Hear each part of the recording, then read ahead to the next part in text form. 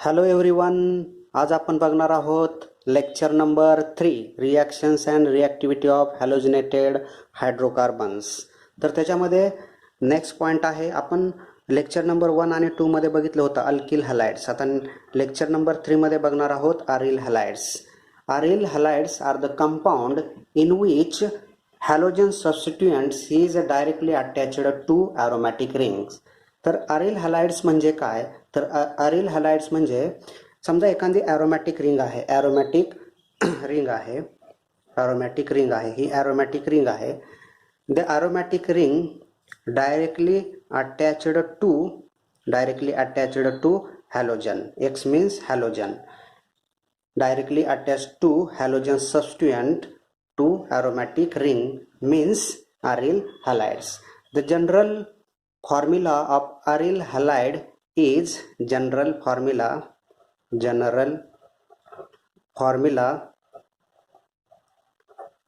of aryl halide is ARX. AR means aromatic ring. AR means aromatic ring. ती aromatic ring आपण या ठिकाणी दाखवलेले आहे. X means fluorine, chlorine, bromine and iodine. हे सगळे हॅलाइड्स ग्रुप्स आहेत. Fluorine, chlorine, bromine and आयोडीन्स. आता याच्यामध्ये आपण एक्झाम्पल घेऊ शकतो. एक्झाम्पल बेन्झिन रिंग आहे. या ठिकाणी आपण क्लोरीन लावला तर याचं नाव काय झालं? क्लोरोबेन्झिन. Example chlorobenzene. या ठिकाणी हा हॅलोजन, क्लोरीन हा हॅलोजन आहे आणि डायरेक्टली अटॅच कशाला आहे? ॲरोमॅटिक रिंगला आहे. म्हणजे हा काय झाला? अरिल हॅलाइड्स. सेकंड एक्झाम्पल घेऊया आपण. Second example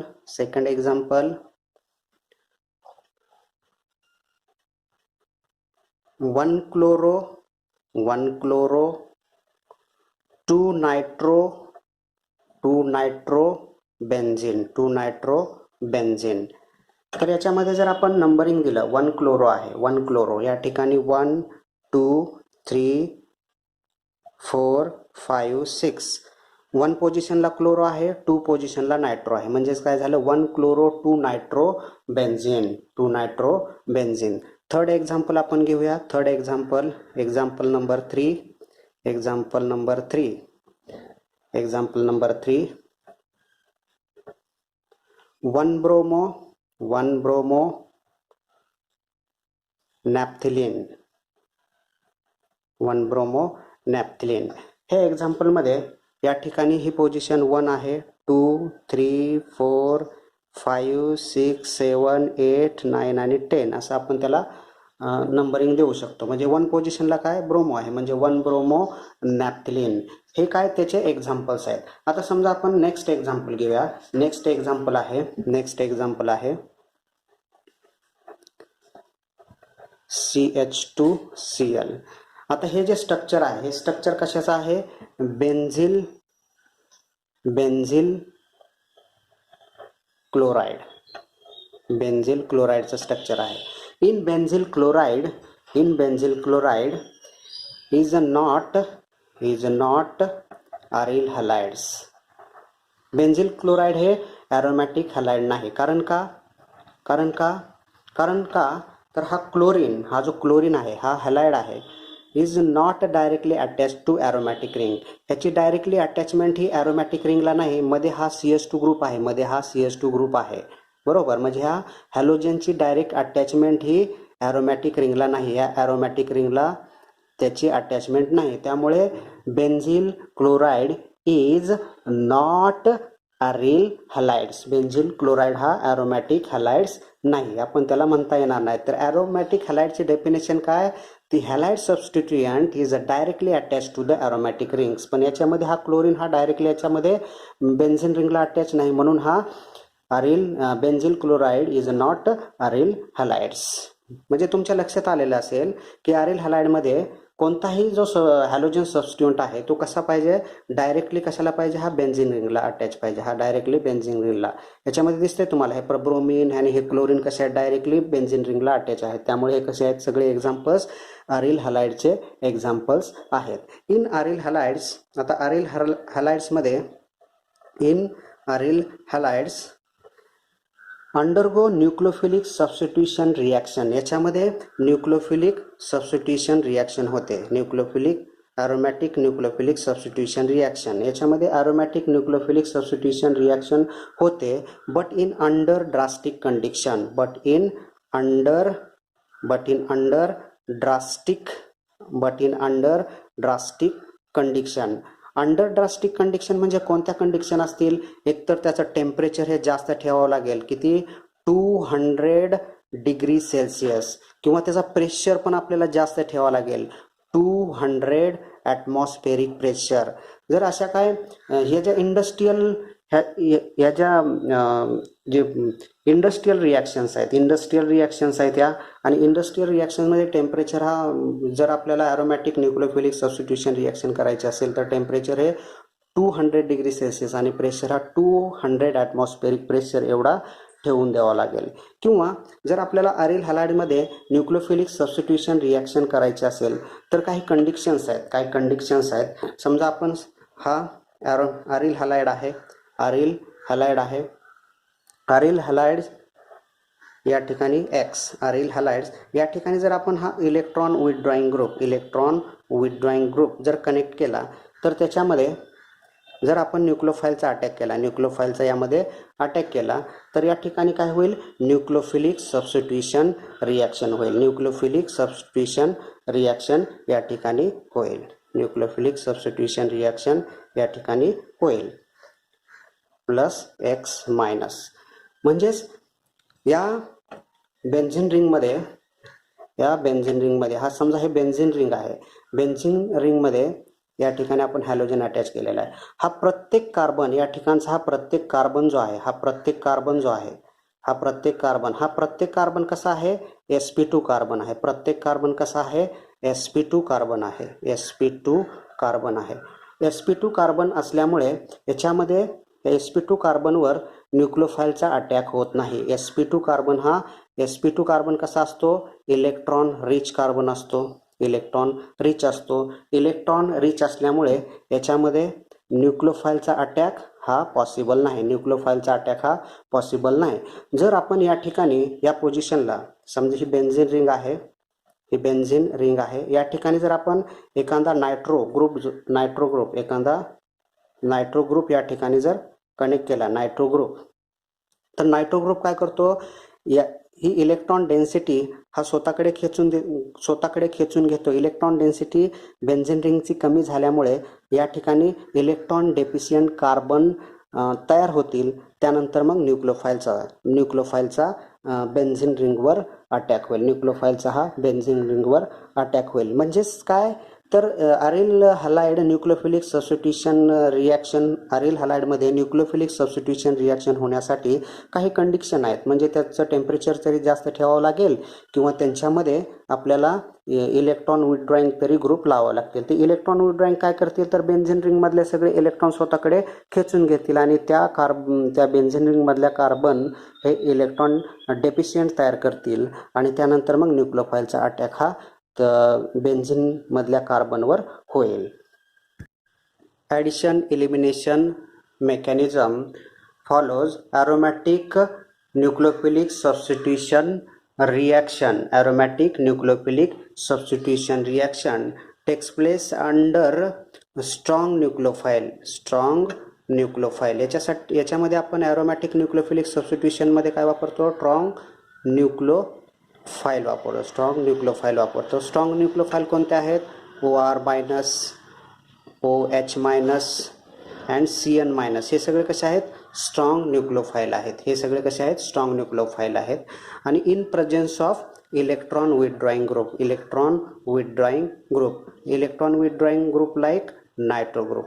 like nitro group आहे, भरपूर आहेत पण आपण या ठिकाणी नायट्रो ग्रुप घेतलेला आहे. म्हणजे aromatic nucleophilic substitution reaction aromatic nucleophilic addition elimination substitution रिॲक्शनमध्ये आपण स्ट्रॉंग न्यूक्लियोफाईल वापरतो आणि दुसरा पॉईंट म्हणजे काय तर इलेक्ट्रॉन विथड्रॉईंग वापरतो. आता या ठिकाणी आपण स्ट्रॉंग न्यूक्लियोफाईल वापरलेला आहे रिॲक्शनमध्ये 4 नायट्रोक्लोरोबेन्झिन.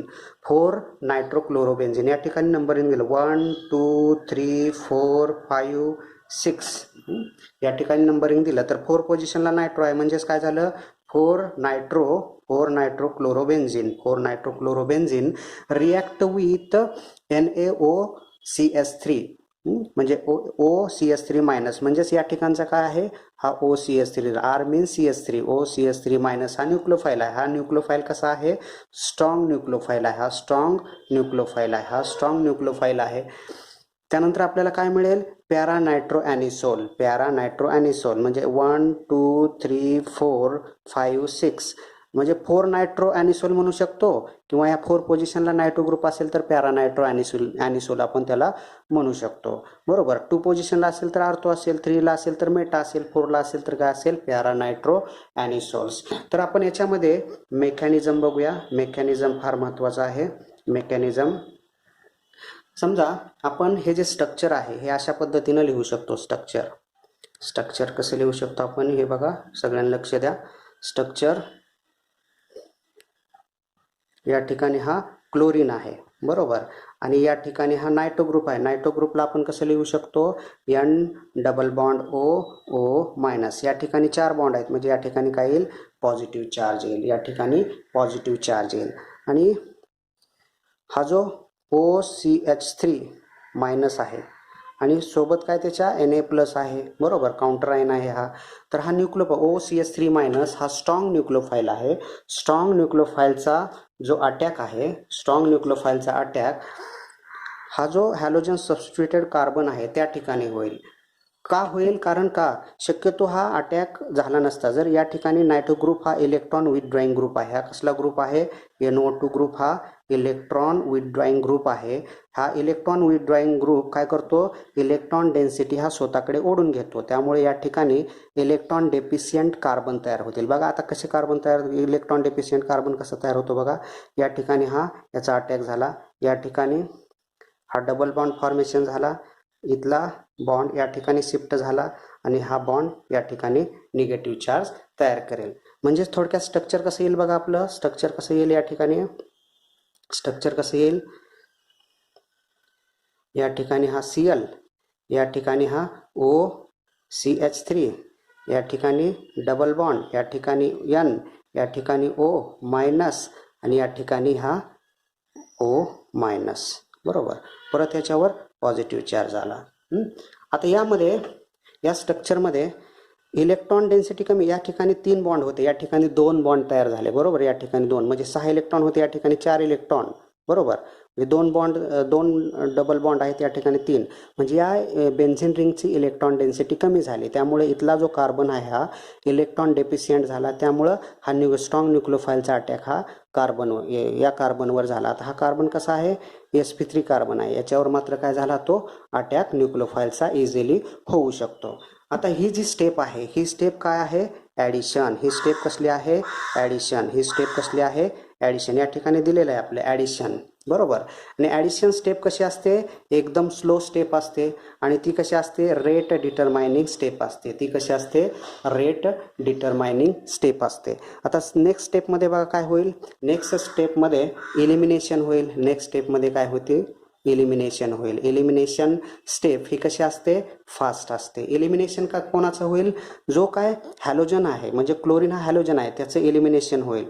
बघा या ठिकाणी हा बॉन्ड या ठिकाणी हा शिफ्ट होईल, हा बॉन्ड या ठिकाणी हा शिफ्ट होईल, हा बॉन्ड या ठिकाणी शिफ्ट होईल आणि हा क्लोरीन मात्र काय होईल हा निघून जाईल. म्हणजे इलिमिनेशन ऑफ हॅलोजन. तर स्ट्रक्चर कशा पद्धतीने येईल कसं येईल बघा. स्ट्रक्चर या ठिकाणी हा OCH3, या ठिकाणी हा nitro N double bond O minus, या ठिकाणी हा positive group plus Cl minus आणि सेकंड जी स्टेप आहे ती इलिमिनेशन स्टेप आहे आणि ती कशी आहे फास्ट स्टेप आहे. आणि हा जो इंटरमिडिएट तयार झालेला आहे तो इंटरमिडिएट कसला आहे, ॲनायनिक इंटरमिडिएट आहे. ॲनायनिक इंटरमिडिएट याच्यामध्ये तयार होतो. ॲनायनिक इंटरमिडिएट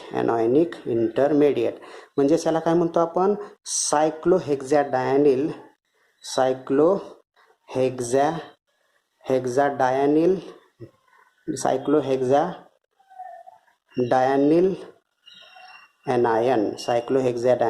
ॲनायन्स.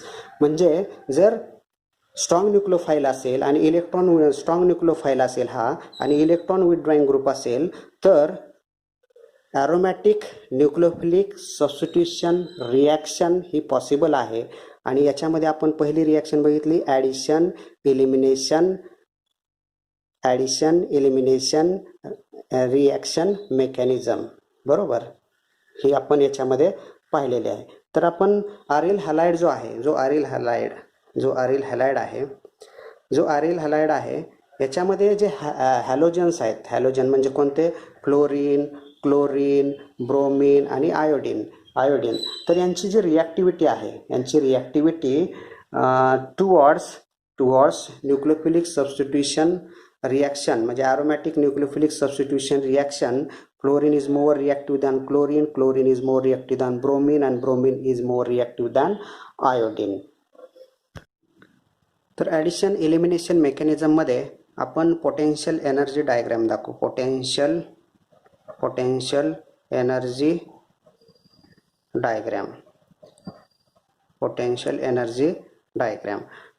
एनर्जी डायग्राममध्ये आपण वाय ॲक्सिसला पोटेन्शियल एनर्जी घेऊया, potential energy, and x axis progress of reaction. X axis वर काय घेऊया, प्रोग्रेस ऑफ रिॲक्शन. तर याच्यामध्ये जो सबस्ट्रेट आहे तो सबस्ट्रेट आपण काय वापरला आहे, सबस्ट्रेट वापरलेला आहे 4 नायट्रोक्लोरोबेन्झीन. सबस्ट्रेट काय वापरलेला आहे आपण, 4 नायट्रोक्लोरोबेन्झीन या ठिकाणी हा सबस्ट्रेट आपण वापरलेला आहे. प्लस न्यूक्लिओफाईल प्लस काय या ठिकाणी येईल, न्यूक्लिओफाईल कोणता आहे, न्यूक्लिओफाईल OCH3 मायनस, बरोबर. त्यानंतर ट्रान्झिशन स्टेट फर्स्ट जे आहे, या ठिकाणी जी ट्रान्झिशन स्टेट फर्स्ट आहे, तर ट्रान्झिशन स्टेट फर्स्टमध्ये काय होईल, ट्रान्झिशन स्टेट फर्स्टमध्ये हा नायट्रो ग्रुप आहे, हा OCH3 बॉन्ड, OCH3ची ॲडिशन होईल. या ठिकाणी हा क्लोरीन आहे, तर याला काय म्हणतो आपण, ट्रान्झिशन स्टेट फर्स्ट. त्यानंतर इंटरमिडिएट तयार होईल आणि जो इंटरमिडिएट आहे तो इंटरमिडिएट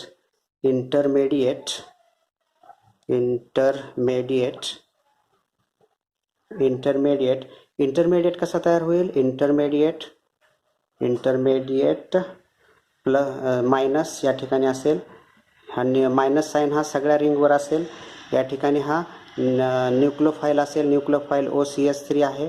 त्यानंतर हा हॅलोजन असेल, हॅलोजन कोणता आहे आपला, या ठिकाणी क्लोरीन आहे आणि या ठिकाणी हा नायट्रो ग्रुप आहे. हा काय झाला आपला इंटरमिडिएट काय आहे, हा सायक्लोहेक्झॅडायनिल ॲनायन्स. त्यानंतर ट्रान्झिशन स्टेट 2 या ठिकाणी ट्रान्झिशन स्टेट 2 आहे. ट्रान्झिशन स्टेट 2 मध्ये काय होईल, ट्रान्झिशन स्टेट 2 मध्ये या ठिकाणी न्यूक्लिओफाईल म्हणजेच कोणता आहे, OCH3 आहे आणि हॅलोजन हा क्लोरीन आणि या ठिकाणी हा नायट्रो ग्रुप. तर इन ट्रान्झिशन स्टेट 2 या ठिकाणचा बॉन्ड काय होईल, बॉन्ड ब्रेकिंग होईल इन ट्रान्झिशन स्टेट 2. आणि न्यूक्लिओफाईल आणि ॲरोमॅटिक बॉन्ड मधला काय होईल, bond making takes place. In transition 2 bond breaking and bond making takes place, and last formation of product कोणता प्रोडक्ट फॉर्मेशन होईल, formation of product para nitro anisole, para nitro anisole, para nitro anisole, para nitro anisole हा product काय होईल या ठिकाणी formation होईल. म्हणजे potential energy diagram आपण या रिॲक्शनवरून घेतलेले आहे. रिॲक्शन मेकॅनिझम अगोदर आपण ॲडिशन इलिमिनेशनची रिॲक्शन, त्यानंतर मेकॅनिझम आणि पोटेन्शियल एनर्जी डायग्रॅम आपण या ठिकाणी दाखवलेले आहे. Next aromatic nucleophilic substitution reaction आहे इलिमिनेशन ॲडिशन मेकॅनिझम म्हणजेच बेन्झाईन mechanism. In aryl halides undergo aromatic nucleophilic substitution reaction through benzene mechanism in presence of strong base. In presence of strong base. Strong base कोणता वापरतो आपण? Soda amide NaNH2 सोडा amide आपण हा strong base त्याच्यामध्ये वापरतो. And in absence of electron withdrawing group. आता आपल्याला काय करायचं आहे? इलेक्ट्रॉन विथड्रॉईंग ग्रुप अब्सेंट असताना पण आपल्याला ॲरोमॅटिक न्यूक्लियोफिलिक सबस्टिट्यूशन रिॲक्शन करायचे आहे. तर त्याचे आता याच्यामध्ये मात्र काय आहे? इलेक्ट्रॉन विथड्रॉईंग ग्रुप अब्सेंट आहे, बरोबर. मात्र याच्यामध्ये आपण फक्त काय वापरतोय? स्ट्रॉंग बेस वापरतोय. कोणता वापरतोय? सोडा अमाइड NaNH2 हा फक्त स्ट्रॉंग बेस वापरतोय. समजा आपण ही ॲरोमॅटिक रिंग आणि हॅलाइड्स म्हणजे हा ॲरिल हॅलाइड आपण कन्सिडर केलेला आहे, ॲरिल हॅलाइड हा कन्सिडर केलेला आहे. तर यामध्ये हा जो स्टार केलेला कार्बन आहे, हा स्टार केलेला कार्बन या ठिकाणी लक्ष द्या. या स्टार कार्बनला काय म्हणायचं? इप्सो म्हणायचं. या ठिकाणी ज्या ठिकाणी हॅलोजन अटॅच आहे त्याला काय म्हणतो आपण? इप्सो म्हणतो. त्या ठिकाणी काय म्हणतो? इप्सो म्हणतो. आणि हा दुसरा ॲडजस्टंटचा जो कार्बन आहे त्याला काय म्हणतो आपण? साइन असं म्हणतो. त्याला काय म्हणतो आपण? साइन असं म्हणतो. आता समजा न्यूक्लियोफिलिक रिॲक्शन झाल्यानंतर ज्या कार्बनला हॅलोजन आहे तो निघून त्या ठिकाणी जर न्यूक्लियोफाईल आला तर त्याला काय म्हणतो आपण? इप्सो substitution reaction, इप्सो nucleophilic substitution reaction असं म्हणतो. इप्सो न्यूक्लियोफिलिक सबस्टिट्यूशन रिॲक्शन म्हणतो. समजा ज्या कार्बनला हॅलोजन आहे आणि त्याच्या ॲडजस्टंट पोझिशनला जर न्यूक्लियोफाईल कनेक्ट झाला तर त्याला काय म्हणतो आपण?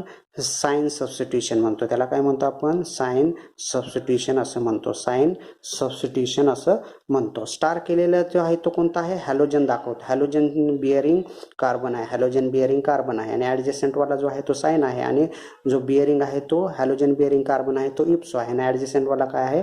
साइन. म्हणजे याच्यामध्ये दोन प्रकारचे सबस्टिट्यूशन होतील. एक म्हणजे इप्सो सबस्टिट्यूशन रिॲक्शन होईल आणि दुसरी म्हणजे साइन सबस्टिट्यूशन रिॲक्शन होईल. फॉर एक्झाम्पल घेऊया आपण.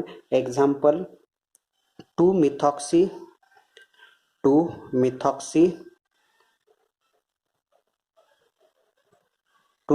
ब्रोमोबेन्झीन, 2-मिथॉक्सी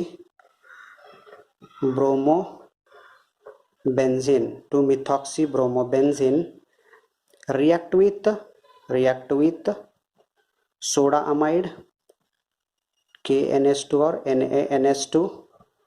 NaNH2 in presence of ammonia to give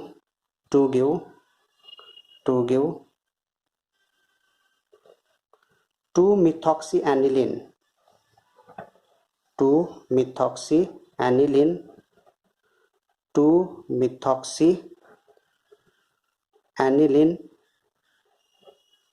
2-methoxyaniline and 3-methoxyaniline OCH3NH2 3-methoxyaniline. आता या रिॲक्शन मध्ये बघा, हा जो हॅलोजन बिअरिंग ब्रोमीन आहे, हॅलोजन बिअरिंग कार्बन आहे, हा जो कार्बन आहे या कार्बनला NH2 चे अटॅच आहे. म्हणजे याला काय म्हणतो आपण? इप्सो सबस्टिट्यूशन रिॲक्शन. आणि या ठिकाणी हा हॅलोजन बिअरिंग कार्बन आहे, त्याच्या ॲडजस्टंटला NH2 ची अटॅचमेंट आहे.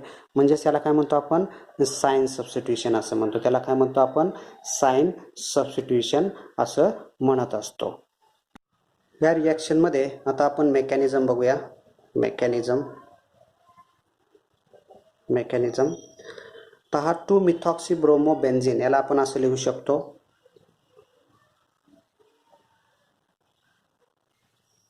बेन्झीन OCH3 या ठिकाणी bromine two methoxy bromo benzene, two methoxy bromo benzene. तर या ठिकाणी आपण सोडा अमाइड हा बेस वापरतोय. Soda amide Na plus NH2 minus, हा काय आहे, न्यूक्लियोफाइल आहे. हा न्यूक्लियोफाइल काय करेल, इथला जो हायड्रोजन आहे, या ठिकाणचा जो हायड्रोजन, या ठिकाणचा जो हायड्रोजन आहे, या ठिकाणचा हायड्रोजन, या ठिकाणचा हायड्रोजन काय करेल, स्वतः ॲब्स्ट्रॅक्ट करेल. हा हायड्रोजन याने ॲब्स्ट्रॅक्ट केल्यानंतर काय होईल, मायनस NH3 होईल. बरोबर, NH2 आणि हा H मायनस NH3, म्हणजे स्ट्रक्चर काय येईल आपलं या ठिकाणी, स्ट्रक्चर काय होईल या ठिकाणी, या ठिकाणी मायनस येईल, या ठिकाणी OCH3 आणि या ठिकाणी हा ब्रोमीन आहे. या ठिकाणी काय, हा ब्रोमीन आहे.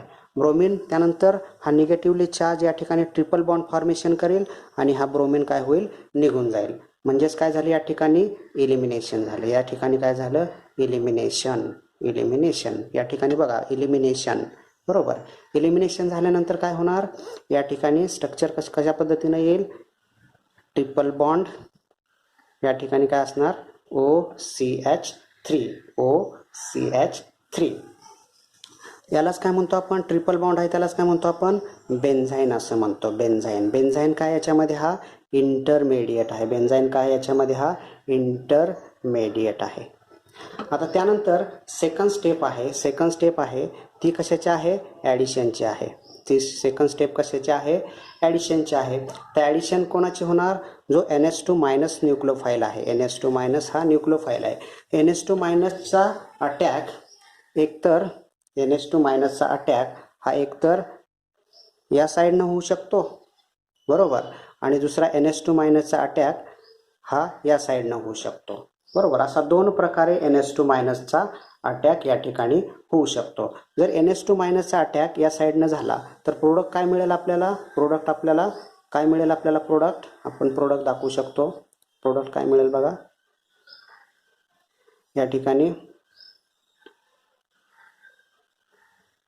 OCH3, या ठिकाणी काय येईल, NH2, NH2, आणि या ठिकाणचा हा बॉन्ड आहे तो या ठिकाणी काय होईल, निगेटिव्ह चार्ज येईल. हा निगेटिव्ह चार्ज काय करेल, हा याच्यामधला जो NH2 मधला NH म्हणजे एक H असणार आहे, हा H काय करेल, लगेच ॲब्स्ट्रॅक्ट करेल. म्हणजेच हा प्रोडक्ट काय मिळेल आपल्याला या ठिकाणी, OCH3 NH2. NH2 म्हणजे कोणता प्रोडक्ट मिळाला आपला, हा 2 मिथॉक्सी ॲनिलीन, 2 मिथॉक्सी ॲनिलीन हा प्रोडक्ट आपल्याला मिळाला. आणि हा प्रोडक्ट कसा आहे, हा प्रोडक्ट कसा आहे, हा प्रोडक्ट कसा आहे, इप्सो. हा प्रोडक्ट कसा आहे, इप्सो. कारण का, ज्या ठिकाणी हा बघा स्टार करतोय मी, ज्या ठिकाणी हॅलोजन आहे त्या ठिकाणीच काय झालेला आहे, हा त्याच ठिकाणी काय झालेला, हा NH2 ग्रुप आलेला आहे, 2 मिथॉक्सी ॲनिलीन. म्हणजेच याला काय म्हणतो आपण, इप्सो प्रोडक्ट म्हणतो. आणि समजा या ठिकाणी हा जो इंटरमिडिएट आहे, या ठिकाणी समजा या ठिकाणी हा बेन्झाईन आहे, या ठिकाणी हा OCH3 आहे.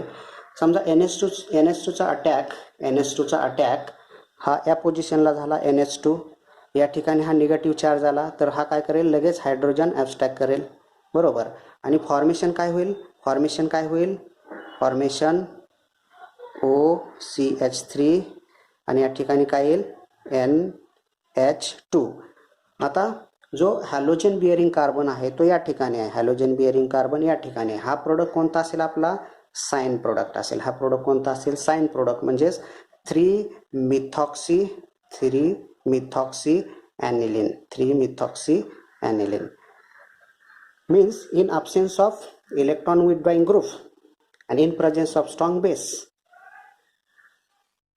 nucleophilic aromatic substitution reaction takes place through benzyne mechanism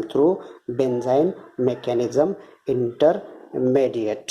यालाच काय म्हणतो आपण, एलिमिनेशन ॲडिशन रिॲक्शन मेकॅनिझम असं म्हणत असतो. तर या ठिकाणी हे लेक्चर नंबर 3 आपण स्टॉप करत आहोत. या ठिकाणी लेक्चर नंबर 3 आपण स्टॉप करत आहोत. थँक्यू.